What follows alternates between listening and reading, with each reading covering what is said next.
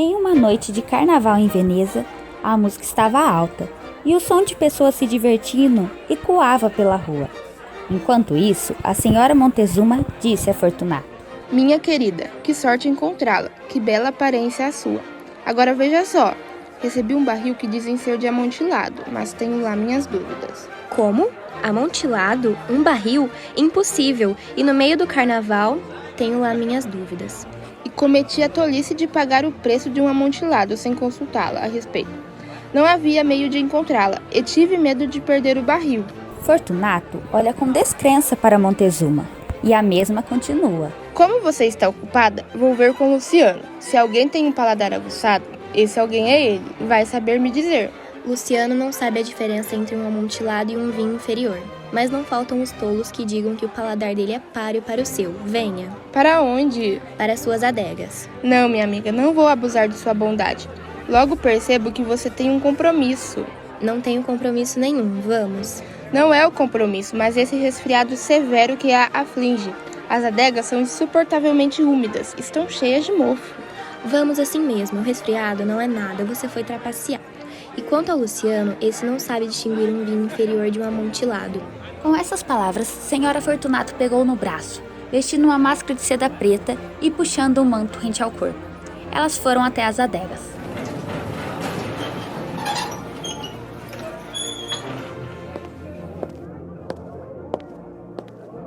Não havia nenhum funcionário em casa, todos tinham escapado para festejar.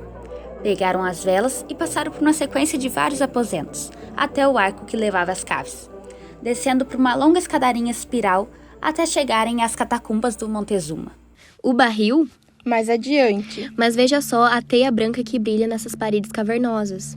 Elas se olharam nos olhos, mas a senhora Fortunato estava com os olhos turvos, que eram a própria cara da embriaguez. Salitre? Salitre. Mas quando começou essa tosse? Senhora Fortunato não conseguiu responder por uns bons minutos. Não é nada.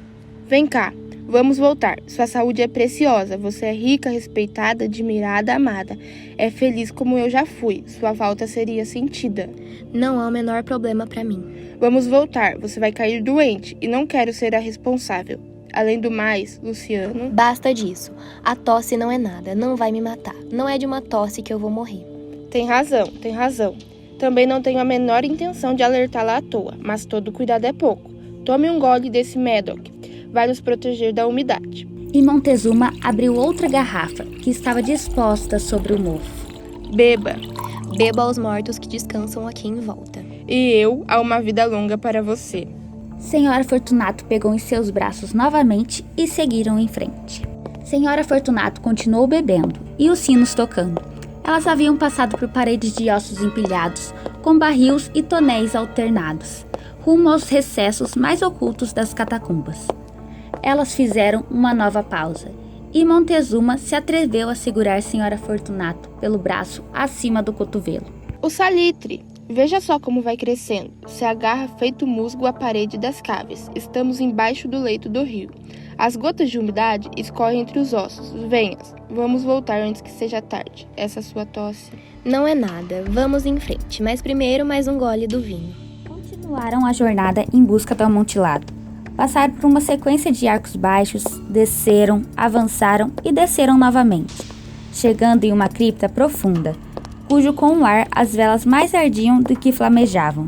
No canto mais remoto da cripta, abria-se outra, menos espaçosa.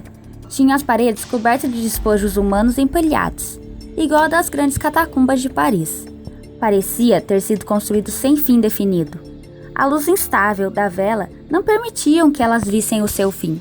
Vá em frente, o amontilado está aí dentro. Na superfície desta cripta havia 2 grampos de ferro, a cerca de 2 pés um do outro, na horizontal. De um deles pendia uma corrente, do outro, um cadeado. Passando elas em volta da cintura, Montezuma prendeu a senhora Fortunato. Prendê-la foi coisa de poucos segundos, estava bêbada demais para resistir. Retirando a chave, Montezuma recuou para fora do recesso e cuidava de uma pilha de ossos que, com esses materiais e com a ajuda de ferramentas, começou vigorosamente a tapar a entrada do nicho. Mal assentou a primeira fileira de pedras, quando Montezuma percebeu que a embriaguez da senhora Fortunato desaparecia bastante. O primeiro indício foi um grito baixo, lamentoso, do fundo do recesso. Aquele não era um grito de uma bêbada. Seguiu-se um silêncio longo e obstinado. Montezuma continuou assentando a segunda fileira, e a terceira, e a quarta. Então começou a ouvir vibração furiosa da corrente.